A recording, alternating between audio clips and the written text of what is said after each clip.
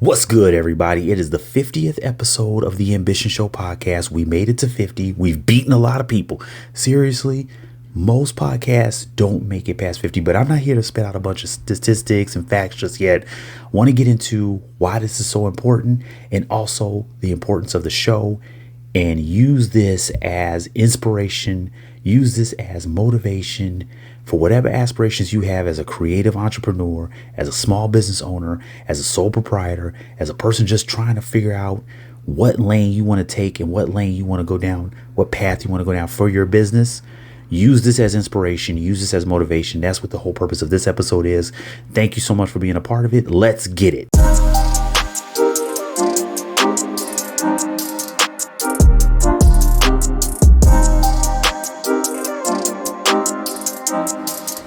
So let's get right into it. The show has come a long way. Let me tell you that right now, man. Let me tell you, we have come a long way in actually a very short period of time, especially in comparison to a lot of the changes that have been going on from podcasts, from small business, for just in life in general. We all seen how the world has gone. So I'm going to go over a little bit of that, but also specifically the landscape of podcasting, the landscape of really being a creative entrepreneur. Right, and how much has changed and impacted ways as whether you're using content marketing, digital marketing, whichever lane you may be taking specifically to grow your brand, to build your brand. Hell, forget growing it, just building it, just getting it started.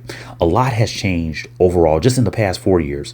But since the inception, or at least when I tried to start the podcast the first time, and I used the keywords tried to start, horrible term, and it happens to a lot of people where they try to start something. And that's what we're going to go over today. Why you shouldn't try to start. Just start. Just get it going. Because even if you're going to have your lumps, you're going to have your ups and downs, you're going to have, let's be real. It's not always going to be easy, right? And in fact, it's probably never going to be easy. It's just you make it easier to get things done, or you make it easier to accomplish your goal. And usually you do that when you put a few things in place. So let's review the journey, because every story has a beginning, starts somewhere. And I'm not going back to mine because I'm too damn old. We're not going down that road. That's a 40-year road right there. Good Lord, I'll be 40.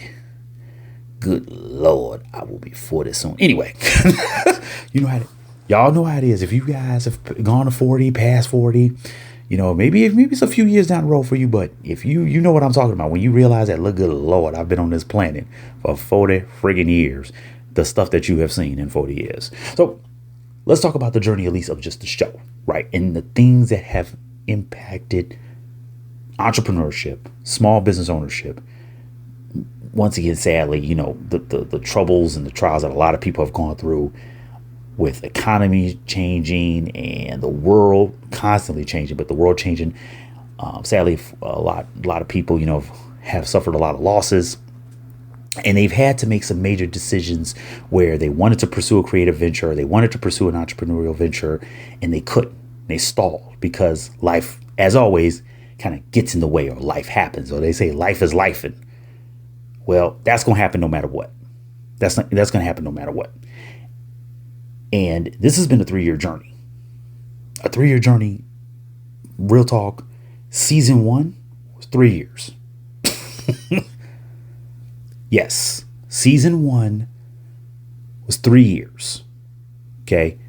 Episode 1 to 32. Not ashamed of saying it, because that's how life works. Sometimes we let something get in our way, as opposed to it just becoming an obstacle, and we jump over it, we move on, we keep moving. No, we let it stop us. Happens to every single one of us. The first thing that really impacted getting from episode 1 to just 1 to 2 was changing platforms. And I'll focus a little bit more on the business, but I wanted to say how this all came about. So initially, I wanted to start a podcast because I loved podcasts. I was consuming podcasts. 2019, I was consuming podcasts like all over the place. I was just picking up music podcasts. Really started off with music podcasts, different podcasts that's dissecting different albums, and just giving a really good analysis of top 10, this 2019, 2020, a lot of lists were being thrown around. That was a big thing for short. Well, I mean, they're still around, but we all know how it was. At one point in time, everyone just, what's the greatest albums of all time? What's your top 10? What's your top 5? What's your top 3? What's your whatever? And podcasts seem to be a really good place for the real hip hop heads, right? The real music lovers. So whether it was hip hop, it was punk, it was rock, it was club, it was house, all the genres of music. Yes, those are all my favorite genres of music. For those who don't know, you if you looked at my Spotify, you would go crazy. But all of the artists that I was listening to, they kept coming up on these lists. So I started picking up podcasts here and there. Then it got into podcasts about mythology, podcast about, of course, business, of course, that's a given. And then finally, the podcast genre that I thought would be the last one I would really get into, but besides business now, it's the podcast genre I listen to the most. Podcasts talking about movies and entertainment, specifically fandom. So whether it be anime, comic books, or sci-fi, fantasy, or whatever, there's tons of podcasts about it. So I'm consuming all these. I'm like, listen, you know what? This is a really great method of getting a message across. I actually, like everything else, I actually wanted to get into it to help other businesses, right? And if there's something they could leverage, because I was really starting to get more into YouTube. I'm like, well, video podcasts would be the best way to go. And surprisingly, even in 2021, even when we get to that point, there still weren't many video podcasts, even compared to nowadays. There's two of the biggest podcast networks are just now putting more time, effort, and energy into video podcasts. But like I said, we'll get into the business stuff a little later on. But 2019 to 2020 is where I'd say, you know what? I'm listening to, these are 3 of my favorites. I'm listening to these guys on a regular basis. And then I started listening to more movie podcasts. I started listening to these podcasts on a regular basis. So why not test out, see if I can do it? Now, it wasn't more so for me. It was more so about knowing what I'm talking about. So if I'm going to help somebody with, whether it's the graphics, maybe the podcast website, maybe it's helping them with their distribution and making sure we're tracking in their analytics and their that's literally the aspect I came from. I came from more of the marketing side of the thing, right? More of as opposed to creative aspect. Because as always, creators, they're going to create no matter what. Entrepreneurs are going to be entrepreneurs no matter what. The one thing that separates more than anything else is dedication and knowing all the boring stuff, or at least being involved in the boring stuff. That's when you get the people who are like, hey, you know what? I'm a creative. I love to paint. I love to draw. I love to illustrate, whatever. But when I have to take those meetings, I'm going to take those meetings. I don't have representation because of my own representation. I understand that the math ain't mathin'. Okay. I understand that the math ain't mathin'. So those are the creators that typically had the best opportunity. They typically had would go the farthest because they were willing to do the boring work, or at least understand the boring work to where they weren't getting messed over all the time. Right. So they made the most of every opportunity. They got down with the business. They had no problem meeting the booking agents. See, I come from a long work history in different areas. And the way I started first working with creative entrepreneurs was specifically, I was booking shows as an event planner and as a party promoter. And of course, if you do enough of those shows, a couple DJs, a couple artists are going to see you, and they're either going to ask you to be their agent, be their manager, start being their promoter. They're going to ask you for something because they see you moving, they see you making moves, which is understandable. But I always brought it back to creative entrepreneurs are typically the ones, because I'm a creative myself, right? I'm a creator myself, right? I love to write. I talk about this often. I love to write. I've been writing since I was a kid, and scripting podcasts, right? Makes perfect sense. But I was tired of seeing so many artists not understanding the contracts.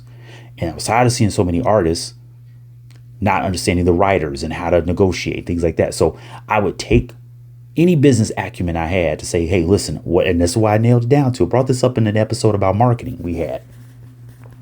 And I talked about how everything is marketing, how it always comes back to marketing. That's the reason why I love marketing, because that is the area. Marketing is the area that separates literally if you're going to make the money or not. You know your audience. You know how to sell something. You know how to communicate it. You understand where they are, what you should price yourself as. For my marketing people, for my business students out there, you know what I just dropped down. Those are called the 4 Ps, right? The 4 basic Ps of marketing. And they're not changing. We're only expanding them. We're only adding to them. We're not changing. We're not removing them. We're only adding to them. So my thing was, what could I bring to an artist? What can I bring to a musician, actor, model? Those were my first clients when I stopped doing the party promotion stuff, when that business had to move on. Had to get away from that, had to get away from business part, but that's a whole nother life. But like I said, I've had a long career doing a lot of stuff, but it always came back to entrepreneurship. And like I said, it's a lifestyle. I've talked about this often. It's a lifestyle. So to be better, to help clients, starting off with YouTube, but really getting into the podcast, 2019, I was like, okay, let me try and start one. Not looking for this to be something long term. Just looking for, let me get a couple of episodes in, get my feet wet, get an understanding of how to work it. And I was like, hey, you know what? If it does go farther, not necessarily profitable, but it brings enjoyment to an audience, because I already had my audience who knew I wanted to talk to. I did the basic market research stuff, right? But at this point, we had different platforms. And this goes back to doing your research. I'm all going to tie it all together. I'm going to tie it always all together to everything we talk about as much as possible in different episodes. But it's essential to do your research. So I found the platform that worked best for me at the time. And I used Anchor. Now, back in the day, it was its own independent, platform and distribution platform. There were a lot of, there was Lisbon, Anchor, it was even TuneCore, if I'm not mistaken, actually offered like a podcast aspect of it. Some people would do their own from their own server. And what they would do is they would generate their own RSS feed and then, link it to another distribution service, or manually, because it's back in the day, manually add it to different places. And of course, Reverb Nation had an aspect of different platforms, all different. I know for my music people, they'll be like, "Damn, you said Reverb Nation." Give me a minute. I'm gonna get to another platform that's really gonna make some people's heads spin, especially from the music and the indie music world out here. But it was all to get an understanding of, how does this work? How can I better serve a client? Because I had clients who were jumping on YouTube and we were just doing their banners, we were doing their thumbnails, real basic stuff, nothing crazy, because I was still freelancing at the time, especially at this point in time. I had full-time work, doing a full-time corporate job, and I was freelancing, doing graphic design and branding work for people. But then I got to episode 5, and it wasn't that I had 1,000 listeners, it wasn't I had 20,000 listeners. It was getting a little feedback here and there, making a few changes on the first few episodes. But what I noticed was it was the growth and the opportunities in podcasting, because many people, even to this day, weren't doing it. I mean, we're talking like I think at this point, for every 100 blogs, you may have had 5 podcasts. So it makes sense. And this is, like I said, take this episode is literally 3 main things: inspiration, motivation, and case study. That's what these are. That's specifically what this episode is all about. If nothing else, take from this. You build this for research to your case study. Don't compare yourself to the Godfathers. I just call them the Godfathers. I mean, there's quite a few, but the 2 Joes of all, and then there's a couple other cats. But don't compare yourself to the Godfathers of podcasting. You got to keep in mind, anybody who's at 1,000 episodes, 500 episodes right now, and I mean 500 and up, 1,000 and up, they're not people who are dropping 5 episodes a week in some cases. Very few. There are people who drop maybe 1-2 episodes a week. They had life happen. Things got in their way. But they've been in the game for, at the very least, those 1, 2, 3 episodes a week. At the very least, 5, 6, 7, 10 years in some cases, right? I bring up one of my favorite podcasters, Pat Flynn. Bring him up quite often. He's been in the game for a minute. I'm not going to compare myself to him. I'm not going to compare myself to anybody else. Never compare yourself to anybody. So even by episode 5, I'm looking at, man, there are not a lot of people in here. This is actually a great opportunity for not only growth, but more importantly, to get your message out specifically to your target audience. If your target audience is 10,000 when you're at episode 5 and it's 10,000 at episode 50, Yeah, okay. We could talk about maybe there's some growth problems there, but also let's focus on you retaining that 10,000, because that's where a lot of businesses fail in general. They don't retain, or they don't focus on retaining their current and their strongest and their most loyal customers. So if I have the same people that I started with, they're still listening on a regular basis and it's still growing, and it's growing more and it's growing faster now because I'm more consistent. Because it didn't take me long to get to 5, but let me tell you, it was rough to get to that 10. It was rough to get to that 10, real talk. Then that means if you put the time and the effort in, it will come back to you. But once again, listen, if you're willing to give 2 to 3 times more, it'll come back to you at the end of the day. Sometimes before you even know, sometimes you don't even notice how it's going to come back to you or how it's coming back to you until you randomly hear somebody talk about your podcast episode online, a person you've never connected with, you never sent a message, you never had a comment, and they drop a link to your podcast, or somebody else mentions it, something that you mentioned in your episode, and they quote you. That's happened to me, and that's what kept me motivated after episode 5. But then life happened. Okay? Because a little thing popped up right around 2020, 2021. Maybe you were there. Okay? I think you probably heard about this thing, and it threw a monkey wrench into everybody's life. Threw a monkey wrench into everything. Now, this is why I go back to saying, and this is very important to understand, this is why I go back to saying opportunities, not obstacles, opportunities.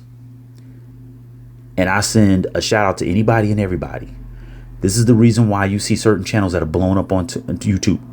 This is why certain channels have blown up on YouTube. This is why certain podcasts have blown up, because they were in a position of readiness. And that's very essential, and that's very important. Keep that in mind. Don't wait to get ready. Be ready. The people who jumped on YouTube and may have had a little following, may have had a little crowd for a few years here and there. There are a lot of people. Almost every channel that going through over here, by 2019, 2020, they had already been around for 3-4 years, and they had seen some gradual growth. It was the pandemic that blew everything up because people were stuck. But here's the thing. People felt, okay, when that's over, everything's going to drop. No. What happened was people realized, oh, there's other forms of entertainment out there. Channels that had been just chugging along, and no regrets, but I could have been one of those. But channels that had just been pushing along, and they soldiered through it. They didn't stop their creative venture. They didn't stop their creative pursuit in 2020 and 2021. They doubled, tripled, quadrupled down on it. They said, forget it. I'm going to get all the material, all the equipment I need to record at home. For those travel podcasters, they said, well, these countries are open. I'm going to travel and I'm just start podcasting because I want to connect with people. I'm going to go live on a regular. I'm going to find these other platforms, Triller, Twitch, whatever it may be. I'm going to jump on these platforms. I'm going to share what I have out to the world. I'm going to connect with the people on WhatsApp. I'm going to start using that platform more. I'm going to build out communities and groups and get on Reddit and build communities there. The key is you don't let it become an obstacle. You take it as an opportunity. Every obstacle could be an opportunity. It's all about the way you look at it. You can look at it either way. Obstacle, opportunity. That's up to you. Now I buckled down. I took care of the family, did, and hey, took care of more family than I was expecting, to be honest with you. Because at this point, had a new family member, my godson, took my godson in. And I mention that because you make choices, no regrets, you make choices. So I decided to focus on making sure that, hey, could take care of a family member that needed help at the time.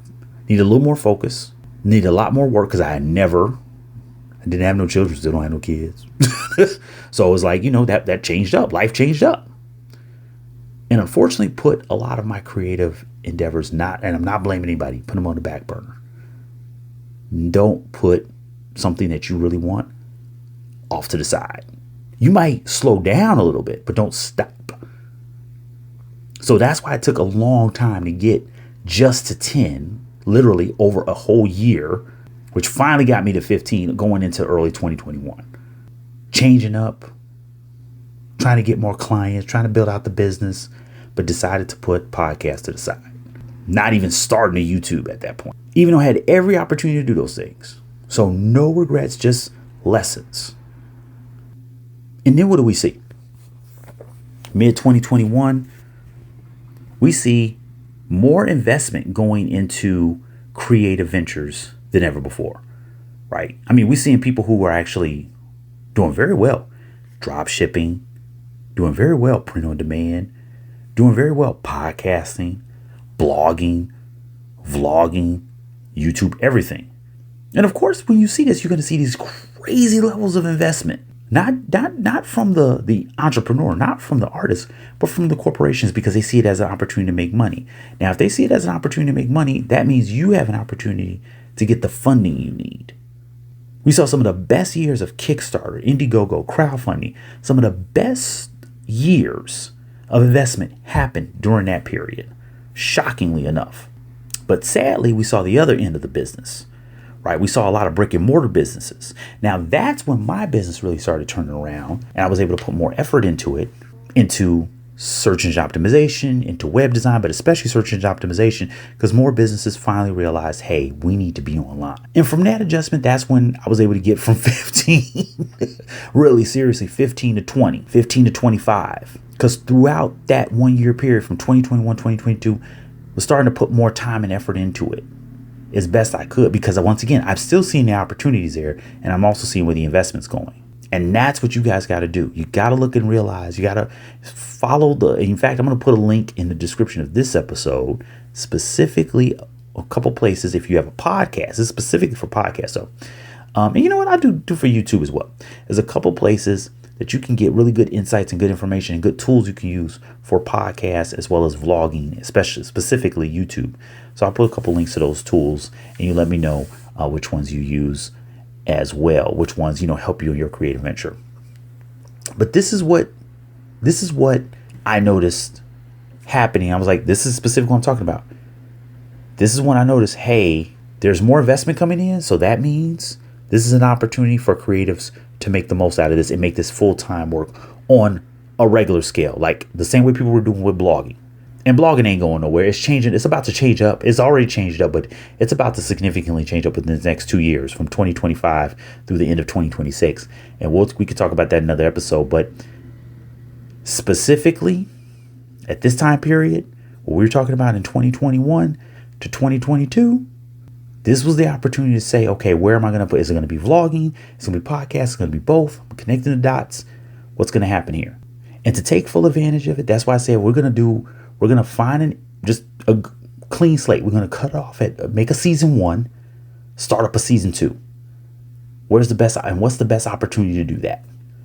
And what are the best tools to help me do that? So what I noticed was, which is what you should do in any situation. I talk about this all the time, taking kind of a project management principle to any creative venture or just any project. Take a project management approach to it. You measure it. In other words, you make a schedule, you give yourself some milestones, you make a SMART goal, basically, right? And I identified with those last few episodes from 25, I said, where am I going to stop? Well, I want to start in 2024, because at this point, it's literally taken me a whole year to get to 10 more episodes between 2022, 2023. I'm like, okay, 2024, what am I going to do? I'm going to have a clean slate. Wherever I end off in 2023, boom, starting off 2024, that will be season 2. And then we'll kick it off in 2025 with season 3. But where are the areas of opportunity? Lack of scheduling. Fitting it in where I could. That's what the whole thing was. Just fitting it in where I can ever. Even though I would make a day, I'm like, I can't make that day. Overextending myself. Just constantly taking on more work. Whether it's a freelance gig, whether it's a side gig. Not devoting as much time into the agency as I needed to really get it to grow, really get it to where I want to be. But I brought in the right team members. And that's why I said, I identified the issues, identified the areas that needed the most attention in the best areas for an opportunity. So I said, I need help in these specific areas, called out 3 areas that need assistance. Lack of scheduling. So I need to stick to the schedule, but I need to make a schedule that's actually I can meet, that's doable. SMART goal. And make sure I'm staying on task of why I started. Because if I focus on why I started, I'm going to keep, even once again, the boring work is going to get easy. So 32 was the last episode for season 1. Odd number. I don't like odd numbers myself, you know what I'm saying? So 32 was the end of that. 33 was going to be the beginning of season 2. And now here we are, the end of season 2. I can use some other stats to measure performance, but this is why you want to just get a number where you can knock it out, you can learn, and this also will help you understand if this is something you want to continuously pursue. And before we break, I want to leave you with this. Think about it this way. Give yourself, you're motivated, you're pumped up, you're inspired to go, whatever the venture may be, whether this doesn't have to be specifically a podcast. It could be YouTube, it could be a blog, it could be a podcast, it could be opening a storefront, right? Which is a much more significant investment, right? But you make it a level of investment that you can meet. SMART goal. Here's the key. At least with the blogging, with the vlogging, YouTube, podcast, social media posts, give yourself a definitive number to meet. Mine's actually was 25. Because remember, I said starting out, it was just to test the water, see what's going on. And I said, no, I'm going to keep going with it. I said, okay, my goal was to reach 50. After I passed 30, I was like, no. I really want hundreds, but let's stick it to 50. Now I'm pumped even more. And literally growing every single time I drop an episode, growing more. That's the key. Give yourself a measurable goal, but stick with it. Even though it took forever to get to it. And it didn't take forever, but it took a while. But get it done. Say I want to have 50 in 1 year, 25 in 1 year, even 10 in 1 year, 12 in 1 year. Maybe it's once a month. Maybe it's once a month. And don't get me wrong, I know you're going to have people who are on YouTube and other places. They're focusing a little more on the quality than the quantity in most cases. But you have those people who still say the quantity matters. And it does. Don't get me wrong. It's a consistency thing. But you want to make a schedule that you can meet. Because I can tell you this. If you're making a 2-hour essay, or you're having multiple interviews, or you're making mini documentaries, one is more than enough in a month. Because then you could chop that up and make shorts. You can make social media posts. You could take one 1-hour piece of content and make 100 pieces of content just from that. And I brought that up before. We're actually gonna do a video about that because we finally got the numbers in. Enough people on Reddit, between Reddit, Quora, and the actual email. If you haven't signed up for our newsletter, you should sign up for the newsletter. Hey, gotta punt it. But we got it back, and people want to see how we do the content life cycle. I brought that up in one episode, and we got it. So I'll make sure to drop when that episode is uploaded, and when we do it, I'll post that up as well. But that's the whole point, is you make it something measurable, but you stay consistent. You get consistent with it. So think about it this way. What's the number you can meet? Is it 25? Is it 50? Like I said, maybe it's legitimately one per month. But of course, you're going to promote it from that. So you could take that one piece of content and work it out to promote it, right? But what's that number you can meet? And give yourself that deadline in 1 year, 6 months. This is what I want to see. Just to give myself a really good taste of how it is, ups and downs, summer, winter, how I feel when I'm off, when I'm working, if it's a side hustle, my full-time job, that kind of thing.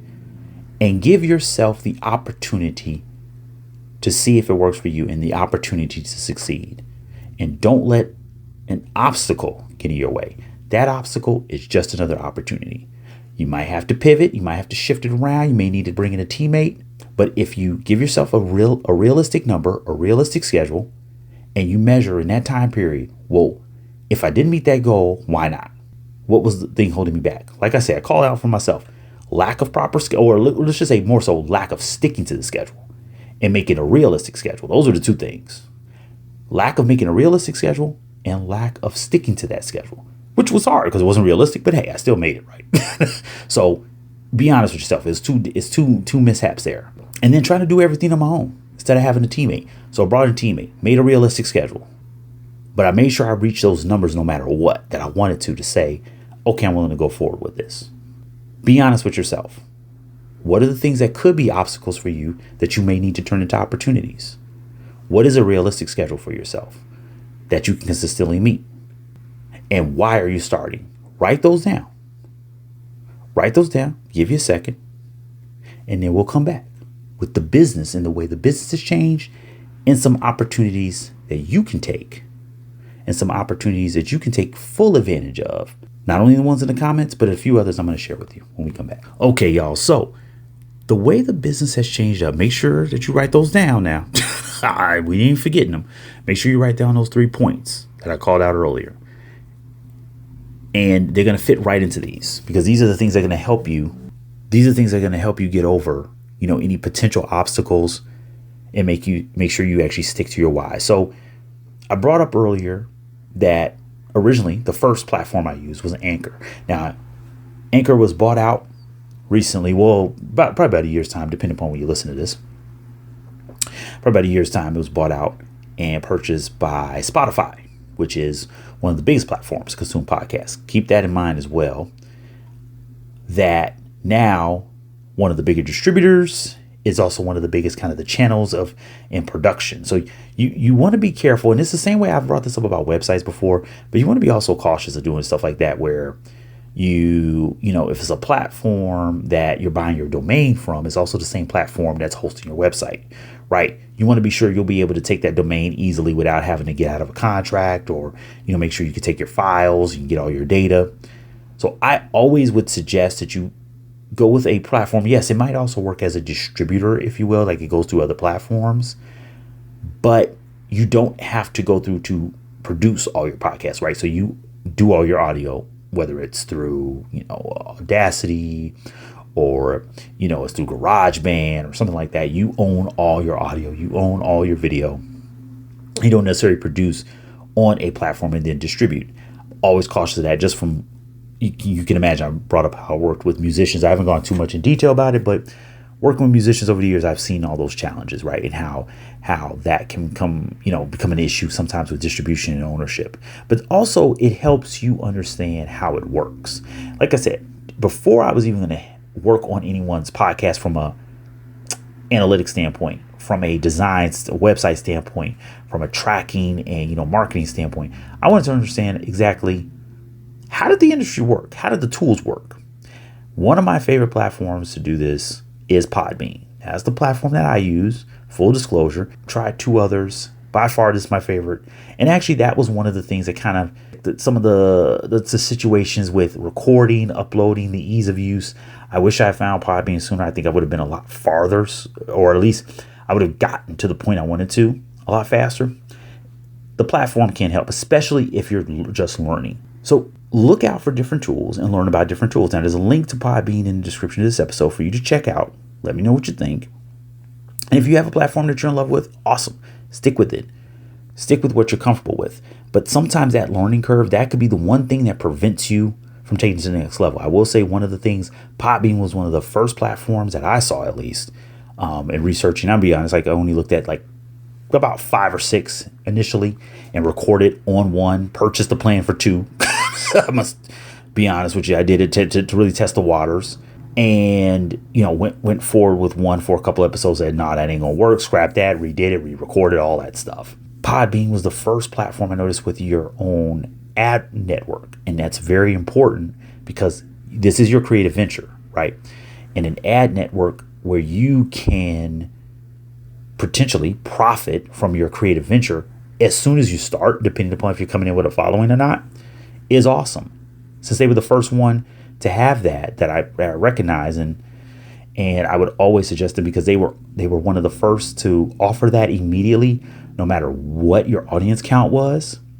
Of course, you're only making money based on you. Of course, you're only making money based on, the traffic that you have and the downloads you have. But the fact is, everyone has an opportunity from, of course, you're only making money, doing the take 3 for this one. Of course, you're only making money based on the fact that, you're getting the traffic and the downloads.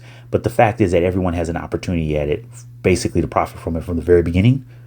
Can't beat that. That's the creator's dream, because it's all about based on what you do. Not if the platform says, okay, now it's gatekeeping. Now you're privileged, even though we're going to run ads on your show anyway, right? Even though we're going to make money off your show anyway. Sound like another platform, even though I still say that's the best platform for creators in general. It does sound like another platform. We're going to run ads on your stuff no matter what. It's just now you actually have an opportunity to profit from that, right? So Podbean was the first on the podcast side, at least, to offer that. Another thing is add team members. If you can afford it, add team members. Now, this could be from an employee standpoint, a freelance standpoint, or full collaboration. And when I only difference when I say, because all those areas should have collaboration, even an employee, of course, would be a collaboration. But when I say full collaboration, in other words, you're a real partnership, right? So maybe you're sharing, literally, you're sharing profits, but you're also sharing expenses. Do not go at everything alone. The sad part about being an entrepreneur, it's very easy to get into this solopreneurship. I brought that up how some companies and people are coining different phrases. And the one I see a lot is also solopreneurship. And I'm actually really happy with that one because basically people think sometimes entrepreneurship has to be a solo thing, and it doesn't. Entrepreneurship doesn't mean that you're going at everything alone. It doesn't say that you're an individual. Although we often see that as an entrepreneur, what a person does is they start a business, build it, sell it, build it, share it, take a step back. We don't look at their partnerships. And that's a very sad factor that we often see. We see an entrepreneur that says co-founder this, co-founder that. Well, who are the other founders? Clearly they didn't do it themselves. You're not going to accomplish anything by yourself. Get some team members. So I've worked with a group of freelancers. I've worked with a group of contractors, but I've got a really solid team now. And that's another reason. That's really not another reason. That's one of the main reasons I'm able to stick to a schedule, because you build relationships with people that you trust, and they're handling what they need to handle. So you can focus on what you need to focus on. And that way you can get the optimal performance from what you do, because you trust the people that you're working with. And like I said, that could be freelancer. So there's links to opportunities to work with different freelancers, people I've worked with, people that I recommend, and great places to find more based on your needs, also in the description of this episode. But it's because of a team that we've gotten at least this far. And we're going to go farther, but that's teamwork. And once again, it could be an employee, it could be a freelancer, it could be a full collaboration, a co-founder. And then you'll be able to provide more services as well. Maybe more episodes, maybe more blogging. Maybe you'll be able to do better with your affiliate marketing if it's blogging and vlogging that you're focusing on. Maybe you have a drop ship store, or no, forget that. Maybe you have an e-commerce store where you actually produce the product and you want to run a podcast for it. I've seen this a couple times. That wasn't one of my first clients, but later on, to help them with their graphics for their YouTube and their podcast, that was a client later on where they wanted to do a podcast for their industry. And the only way they got that off the ground because they had a team, but at least they had a good team already working with them. Maybe that's what you need, and that's the one thing holding you back as a team. So check out those links in the description of this episode. Now, with every episode, what I've done, over 50 episodes, I've either given you what to read, what to watch. So what we have for you is a collection of what to read of all the books recommended from season 2, specifically from season 2. And I switched it up in season 2 where it was a few YouTube channels or TEDx, a TED Talk, or there was a blog I suggested. This one is just the books that I recommended. So the full list of the books and links to get where to get those books from and those authors in the description of this episode. Give yourself, I brought this up in another episode, but give yourself a reading goal. Not a textbook, right? It's easy to get into textbooks, especially if you've coming from, master's degree, undergrad, PhD. And that actually can, and I hate to say it, but it can destroy your love for reading. I've heard that from so many people. Going to college and going to grad school, pursuing your doctorate can actually destroy your love for reading because it's a different type of reading, of course, you're doing, right? Which is great. You're applying what you read. Actually, I prefer where I can apply what I read. That's why we give a specific type of book, right? Specifically books where we take action. It's actions that we take from those books. It's not about reading it, absorbing it, and then discussing it, which is great from an academic level, but it's the application that's important. Well, we focus on the books that you can apply.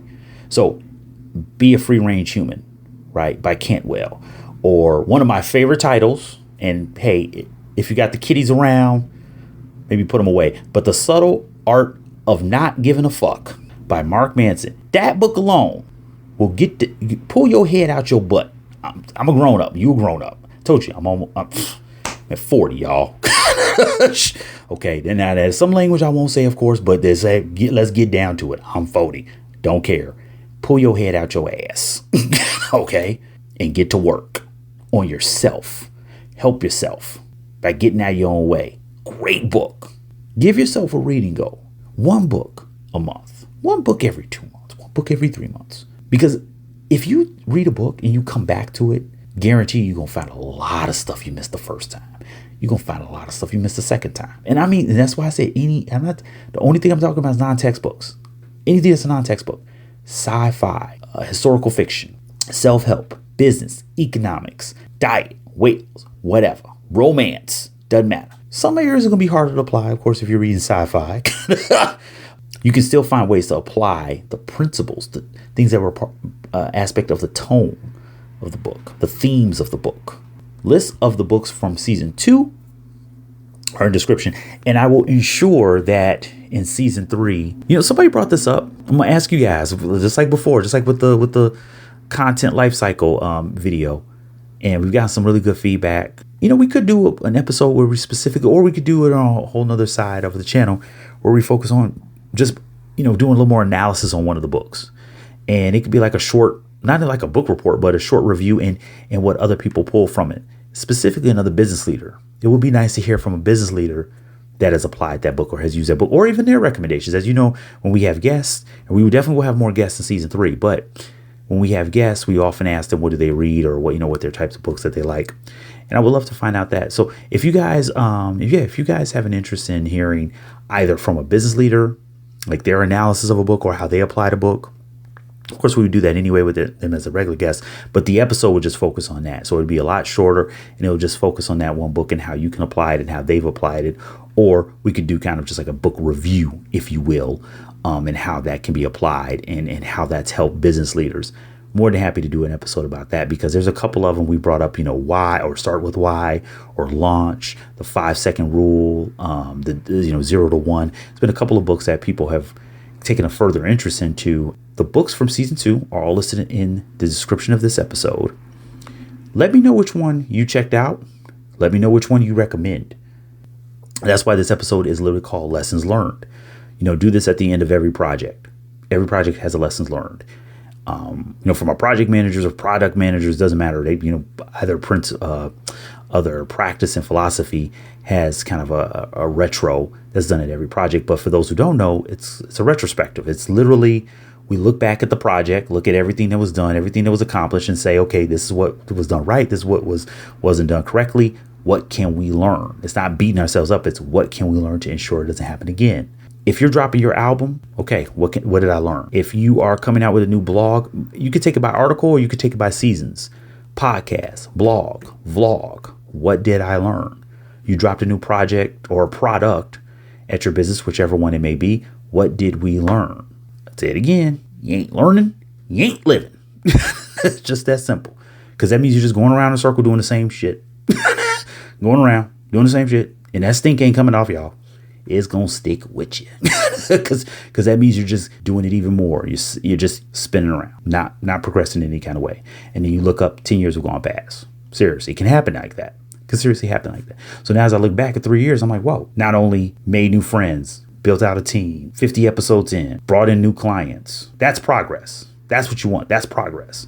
Take it as a lessons learned and move forward. So with that, y'all, thank you so much for getting to episode 50 with us. Gonna go farther. We got a long way to go. Season 3, we've got way more guests. We're gonna get as much as opportunity we can. We're gonna take it, or we're gonna take as many opportunities as we can. We're gonna check out their locations, maybe see some behind the scenes stuff.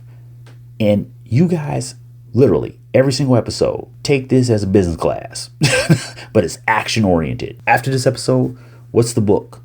I want to know a book that you're suggesting. It may be a book that you want to hear an episode about, but definitely a book that you're suggesting, or a book that you found that you say, hey man, I didn't even know about this book, and this was the book that helped me out the most. And of course, making sure you have a list of those things. What can I get done? What can I get done, and what kind of schedule can I make for it? And what are the things that I need to get to that point? Do I need team members? Do I need a new platform? Do I need to learn more about the platform that I'm currently working on? And when it comes to tools and platforms for YouTube, for podcasts, for blogging, for your website, all of those in the description of this episode. We'd love to know which of those tools you were able to use and how it helped you out. So with that, guys, thank you so much for joining us for 50 episodes of the Ambition Show podcast. I've been your host for 50. Inshallah, I'll be your host for 50 more and many more beyond that.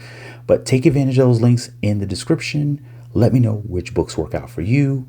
Best to you and yours. Remember, no obstacles. They're just opportunities. It's all about the way you look at them. It's all about the way you handle it. Aaron Muhammad being your host. Peace.